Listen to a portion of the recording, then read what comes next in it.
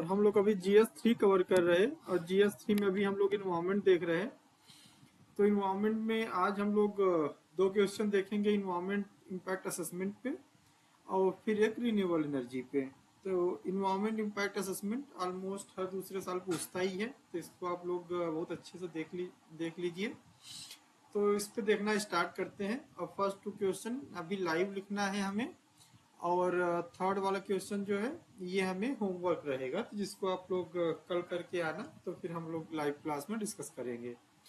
Okay, तो first question है environment impact assessment must graduate from a mere statutory exercise to a conscious effort for achieving development with the minimum ecological cost. Analyze. तो इसमें analyse पूछा है और ये बोल रहा है कि EIA जो होता है इसको सिर्फ मेयर एक मतलब लीगल चीज न बना के इसको ग्राउंड लेवल पर उतारा जाए।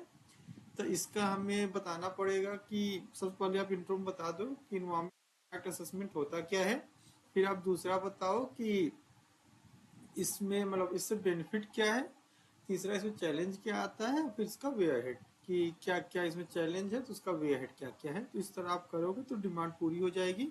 और 10 मार्कर है तो 3 हेडिंग सफिशियंट है आपका, बेनिफिट, चैलेंज और वे अहेड।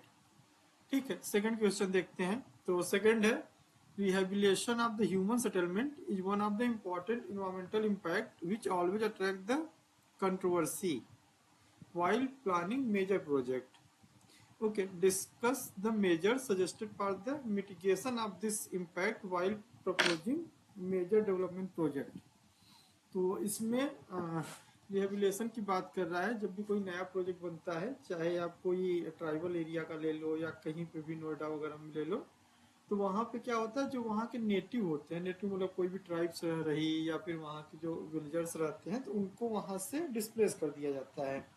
तो हमेशा इंडिया में एक कंट्रोवर्शियल इशू रहा है। स्पेशली आपने याद होगा जो नैनो का प्लांट था कोलकाता में, तो उसको ममता बनर्जी ने हटवा दिया था, फिर वो गुजरात चला गया था।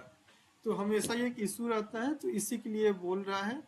तो कंट्रोवर्शियल इशू, तो इसको इंट्रो में आप लिखो कि इसका क्या है, और फिर पहली हेडिंग डालो कि इसका रीजन क्या है, और फिर हमें बताना है कि इसका हम लोग मेजर्स क्या क्या ले सकते हैं और साथ ही साथ कैसे हम अपना डेवलपमेंट प्रोजेक्ट चला भी सकते हैं।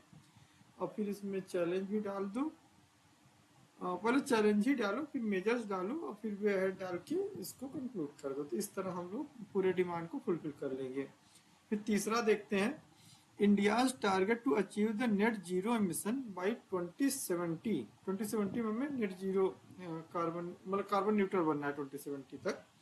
is the contingent on the several complementary factors.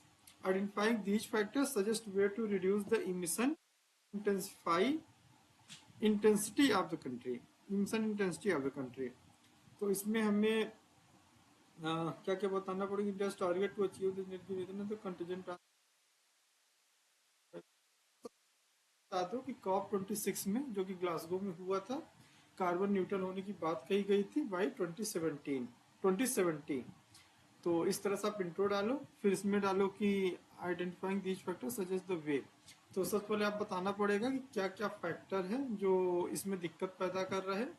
इसमें बताओ कि इंडिया को डेवलप होना है तो हमारे पास अभी हमें इमिशन करना पड़ेगा, क्योंकि हमें एनर्जी चाहिए और हमारे पास एनर्जी उतनी है नहीं। फिर आप दूसरा ये बताओ कि हमारे पास टेक्नोलॉजी उतनी नहीं है, फिर लोगों के पास अवेयरनेस उतनी नहीं है। ये सारी चीज़ें आप बता सकते हो। इसमें सोलर वगैरह का एग्जांपल दे के उसको समझा दो अच्छे से। फिर इसमें ये सारा डाल दो और फिर ये बताओ कि इसमें इसका सजेशन मतलब इसमें मेजर्स क्या क्या ले सकते हैं जिससे ये सब दूर किया जा सके।